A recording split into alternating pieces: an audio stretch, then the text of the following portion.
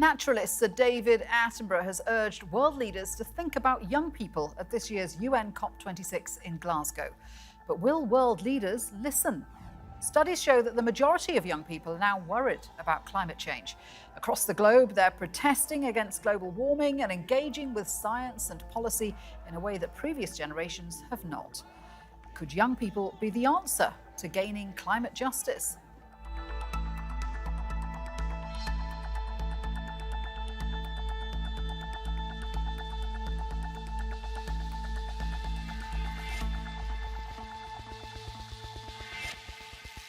Hello, welcome to the programme. I'm Shuli Ghosh.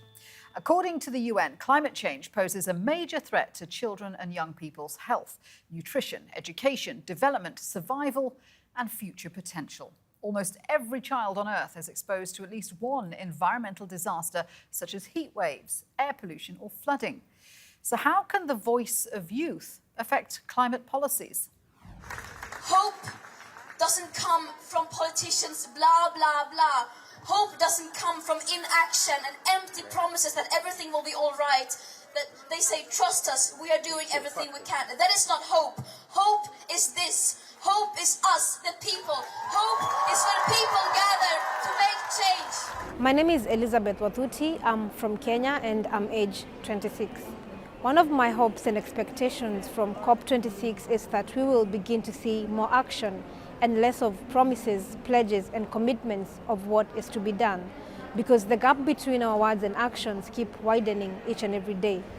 My name is Marie-Claire Graf. I'm coming from Switzerland and I'm 25 years old, and I would really like to see at COP26 that young leaders are sitting at the table when decisions are taken together with the world leaders. My name is Jeremy Wagner. I'm 27 years old and I'm from the Seychelles. What I expect from COP26 is for greater access to financing for small island developing states like the Seychelles. Every day, every second that it's taken that doesn't allow for this such a finance allows people like myself to suffer. Well, joining us now from Glasgow is Amber Nuttall, who's an environment activist and the event creator at the Extreme Hangout at COP26. Amber, great to have you with me. So tell us about the mission of the Extreme Hangout. This is about giving young people a voice and a platform at COP26. Why is that so important? It's incredibly important because it's a subject that young people have grown up with and heard about since they were tiny. It's been a part of all of their lives, and I think that they have seen very little action, and it's made a lot of them incredibly anxious, understandably. And so we wanted to help them to feel that there was a place for them to come to where they could perhaps be more educated, that they could ultimately leave feeling more empowered and like they could be part of the solution. So what kind of things has the Extreme Hangout done to encourage youth participation, and what's the take-up been like? Take-up has been good so far. We've been very impressed. We have gone out to local universities and schools. We had a classroom of young people come from Dumfries and Galway earlier today to join us. And then we've got people joining up because we're live streaming all of our panel discussions and workshops around the world. So that's been fantastic to see as well. And I know this is a subject close to your heart because you yourself have been a dedicated campaigner since you were young, haven't you? You became involved in a foundation to protect the Bahamas Reef, which your father spearheaded. Yes, I did, certainly. It's a wonderful privilege to grow up between the UK and the Bahamas, certainly. But you cannot grow up somewhere beautiful like that without full appreciation for a beautiful ocean and all the life within. And I've seen the changes over the course of my lifetime, not only plastic pollution, of course, but the overfishing and the effects of tourism as well on a beautiful island nation like that. And then I certainly can't ignore the fact that the Bahamas is an island nation who lives literally on the cliff edge and on the forefront of the effects that we are already feeling today on climate change. Hurricane Dorian, just 2 years ago, devastated the northern islands of the region. And it's something that we heard from Minister Basil McIntosh here at the Extreme Hangout yesterday, who's the new Environment Minister of the Bahamas.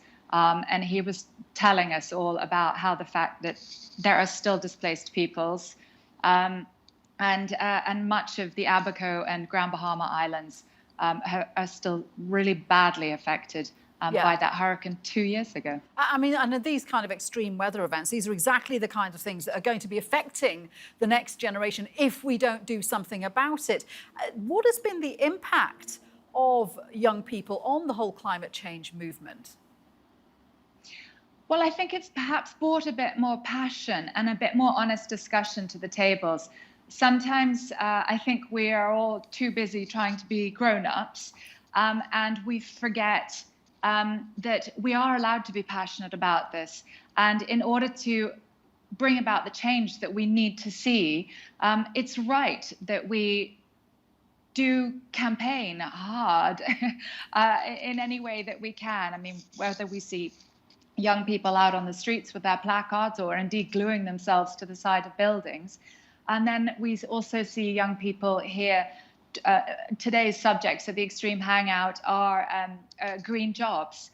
And we're hearing from wonderful companies who are talking about new technologies and innovations and how they want young people to come and drive the solutions. We heard from Sir David Attenborough, who has made it very clear that he wants world leaders to listen to young people. Do you think decision makers are listening? I think increasingly so. I certainly think they felt the frustrations of the young people taking to the streets. And I think that they are more willing now to bring them into the negotiating rooms too. I had a wonderful conversation literally just now with somebody from the United Nations talking about how pleased they are to have these young voices in the room. I mean, do you think COP26 will set the right targets and will countries work to achieve them? Because the general consensus after the Paris Agreement was that world leaders haven't really kept to the pledges. No, and I think you're right. They hadn't kept to the pledges.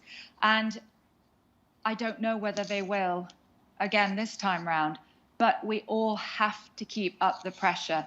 And young people are fabulous at doing this. I mean, anyone out there who's a parent knows, as my stepchildren call it, pester power, and how effective that can be. So I urge all young people, please, whether it's at home, in amongst your family and friends, or at your school, or indeed by speaking to your local council or MPs, get involved in the conversation. Everybody wants to hear your voices. Indeed, and I really think the pressure is on the older generation not to let the younger generation down. Amber, it's been great to speak with you. Thank you very much indeed. Amber Nuttall speaking to us from Glasgow there. Joining me now is Rhiannon Osborne, a young climate justice campaigner currently at COP26. In London, we have Paul Drummond, Senior Research Fellow in Energy and Climate Policy at the UCL Institute for Sustainable Resources. And in Swansea, Anna Pigott, Lecturer in Human Geography at Swansea University. Good to have all of you with me. Rhiannon, let me start with you. What are you doing at COP26 and what's the atmosphere there like? I'm here, I think, mostly in my mind to hold the UK government to account, in particular regarding its claims about being a climate leader, while looking to approve up to 14 new oil fields, including the Cambo oil field, and providing millions of pounds in subsidies to the fossil fuel industry. Excellent. So you're going to put Boris Johnson on the spot. People are calling COP26 a make or break summit. Do you think it is? So it's definitely important because what we really need to see is really strong commitments to leaders about how they're going to keep to 1.5 degrees of warming. They already agreed that they would in the Paris Agreement, but what we haven't seen is the money put behind that commitment to make that possible. But it is not our last chance. You know, nothing is ever the last chance. Every single degree matters.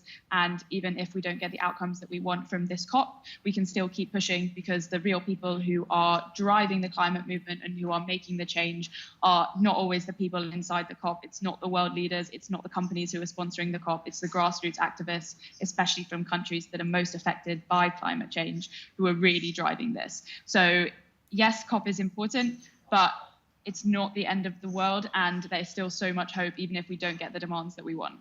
Well, I guess if we don't do something quickly, it might be the end of the world. Isn't that the point? I mean, Anna, how much power and influence do young voices wield on this issue? Because they are so passionate about climate change, aren't they? Yeah, absolutely. And I think that passion has been just so plain for everybody to see in the last few years, especially. I mean, I think we've already seen it has had a huge impact on how this particular COP is playing out. I mean, we've already had speeches from the Queen in the UK and the Prime Minister, and also David Attenborough. They all framed their speeches around the idea of intergenerational justice. And I really think that's really come from the young people, from the movements that we've seen, the Fridays for Future, school strikes and things in the last couple of years. And I think, it's just the way that the youth are really helping to bolster the argument around climate justice. So really bringing home the fact that climate change is not just about numbers and science and target emissions. It's about people's lives. It's about it's a moral issue, and that's why it's so important to get right. Paul, it's great to see people like Rhiannon involved who are very educated about the issues and about the possible solutions which could be presented. What's your feeling? How crucial is the voice of youth at COP26? Well, I think in general, the voice of youth and any element of civil society is crucial. I would say mainly to drive domestic politics in different countries. I think at COP26, it does help amplify the issue and the problem. I think the impacts they have on specific outcomes or negotiating points directly is probably limited, at least in any sort of clear sense. But I think in order to get there in the first place, in order to put these issues on the table, youth voices and civil society more broadly are crucial. And we have to get the momentum behind this because progress has been slow so far. The Executive Secretary of the UN's climate change arm says we're nowhere near where science says we should be. Parties must urgently redouble their climate efforts if they're to prevent global temperature increases beyond the Paris Agreement's goal of well below 2 Celsius, ideally 1.5 Celsius by the end of the century. And Paul, the fact is, the world isn't on track to limit global warming by 1.5 Celsius, which was what the promise was. No, absolutely not. Now there's been a commitment by India to reach net zero by 2070. Around 85% of current global emissions are covered by a net zero target. However, the problem is what needs to happen far prior to 2050 to 2070. Emissions need to halve in the next decade. So this decade really is absolutely crucial in driving decarbonisation across the world, across a whole range of sectors, in the next decade. Rhiannon, what do you think about what countries have done so far? Paul mentioned there the pledge by India to become net zero by 2070. A lot of people would say 2070, that's 20 years longer than other countries. What do you think about the timelines and the pledges that you're hearing there?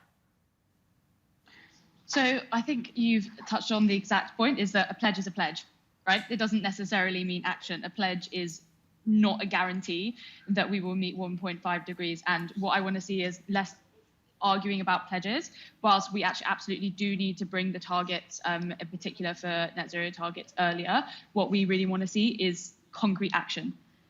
Right, and what that means in particular at the moment, and what the battlegrounds at the moment is climate finance for developing countries, from countries who are not only richer, but who have caused historically the vast majority of global emissions. And if we look at the emissions of places like India and China, an awful lot of their emissions are produced feeding consumption in Western countries.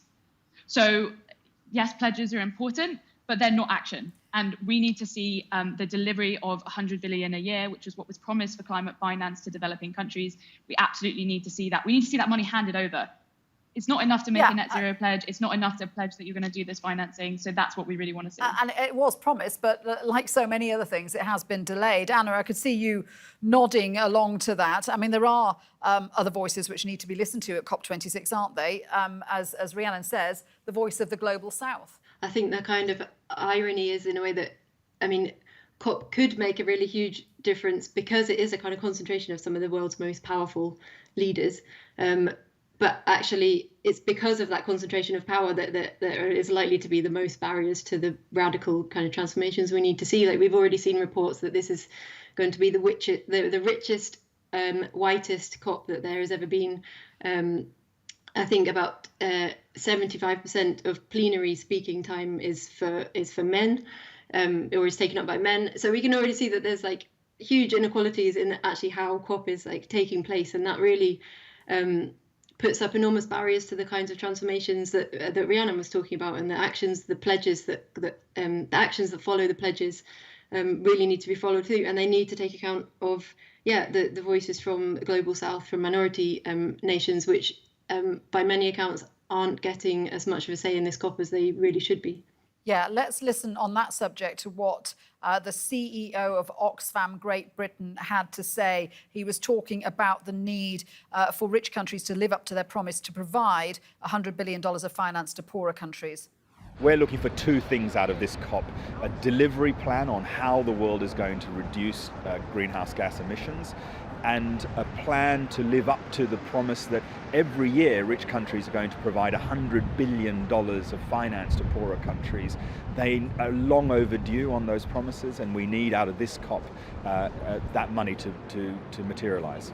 Paul, what's your thoughts on that? Will richer countries finally cough up this money that they have promised to developing countries? Because developing countries really are bearing the brunt of the climate change effects. They absolutely are. I think whether they stump up the 100 billion, I think, is probable. I think the time frame is what's in question. But the bigger question is whether the $100 billion is sufficient. So alongside announcing the net zero target by 2070, Prime Minister Modi of India also requested a 1 trillion commitment. Whether that's realistic, I would doubt it, but that might be more near the number that's actually required. So it's a much more complicated picture than just needing 100 billion a year from 2020 to 2030. Arguably a lot more than that is needed. Yeah, I mean, I asked Rhiannon this question, but I should ask you this question as well. What do you think about the pledges that are being made at COP26? And do you think we'll see it followed through with implementation, which is the vital part of that promise? Well, that really is the big question. There are various commitments being made. So some of them are very much overarching targets, like net zero by whatever year.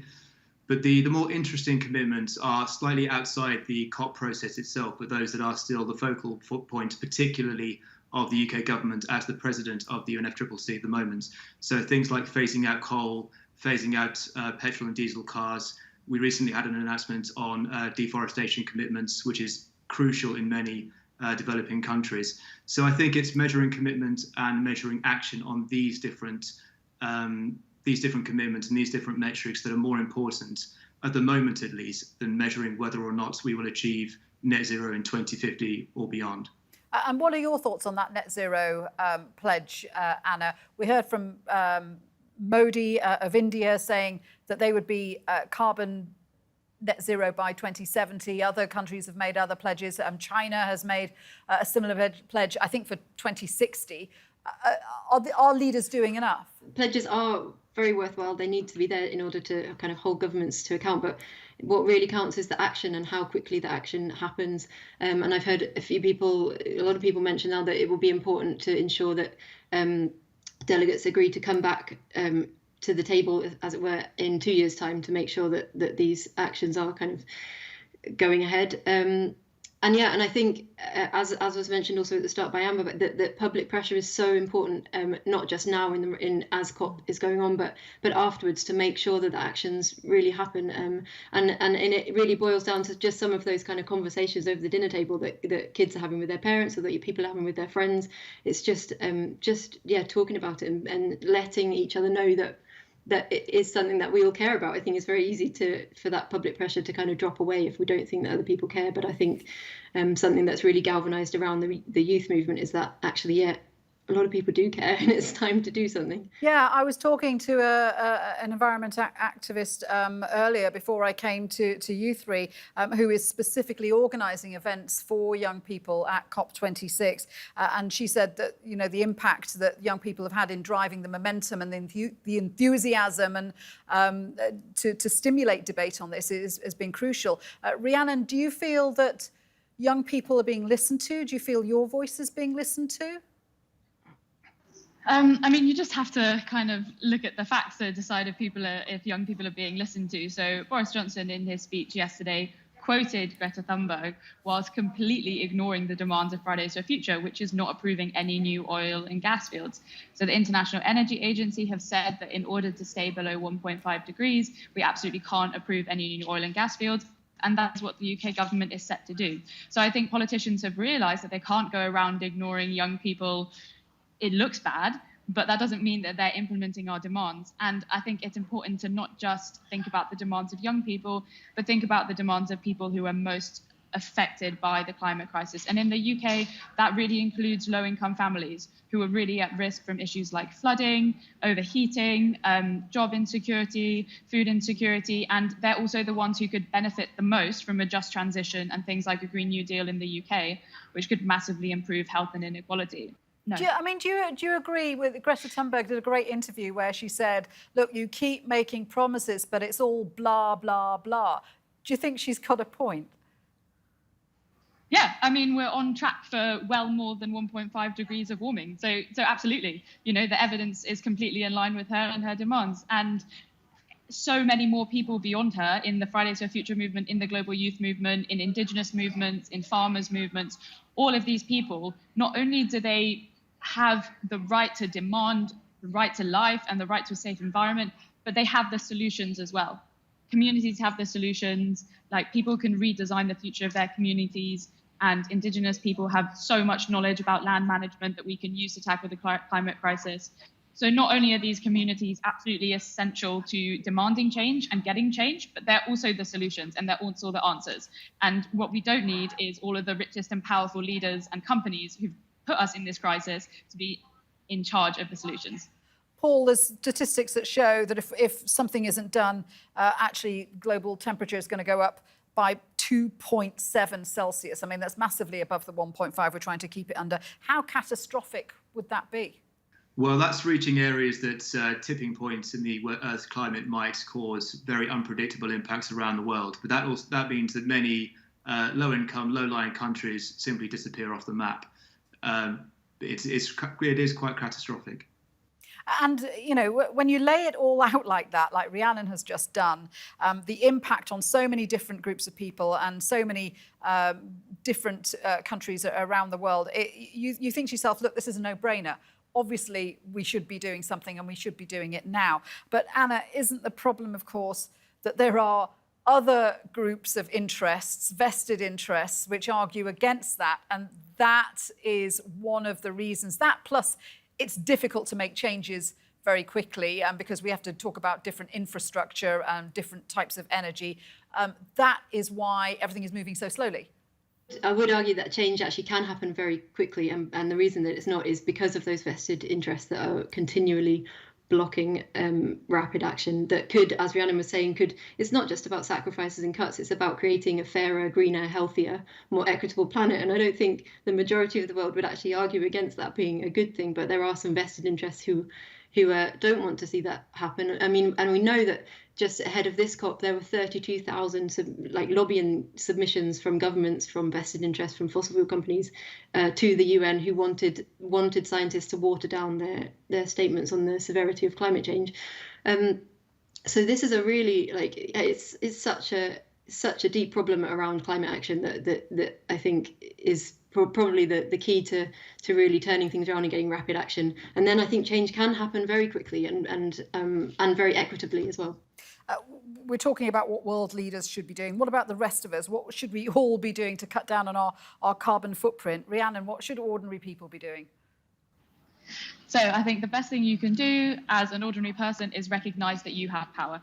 Politicians and fossil fuel companies and most people in power want everyday people to think that they're by themselves and that the only changes they can make are by changing by what they buy. And yes, if you can afford it, it is important to change what you buy. And if it works for you, then it's really important to change your lifestyle as well, if you can. But the most important thing you can do is join the climate movement or join the movement for better housing or better transport or better food, because those are all part of the climate movement, and push for the biggest systemic change that will enable everyone to make those choices. It shouldn't be the most expensive thing or the hardest thing to do the environmentally friendly thing. It should be easy, it should be cheap, and it should be good for you and your family. and that requires systemic change. Great message. And I just want to wind up with a final message to the world leaders who are at COP26 this week. Anna, what is your message to world leaders over the course of the next week? Oh, wow. Climate justice, yeah. I mean, we have to start putting the money where the words are, basically. I think putting your money where your mouth is. That's a great message. Yeah. Paul, what's your message? Be ambitious, don't hold back, and listen to people around the world who want and need this change. And Rhiannon, you're hopefully going to tell Boris Johnson this, but what's your message to world leaders? Yeah, stop the hypocrisy, no new oil, no new gas, invest in a transition to fair and equitable renewable energy. Thank you very much indeed to all my guests. That was a great discussion. Rhiannon, wish you the best of luck over there at COP26. Paul and Anna, thank you. And you can see more discussion and debate on our YouTube channel. Search for Roundtable TRC World. For now, from me and all the team here, bye-bye. Thanks for watching.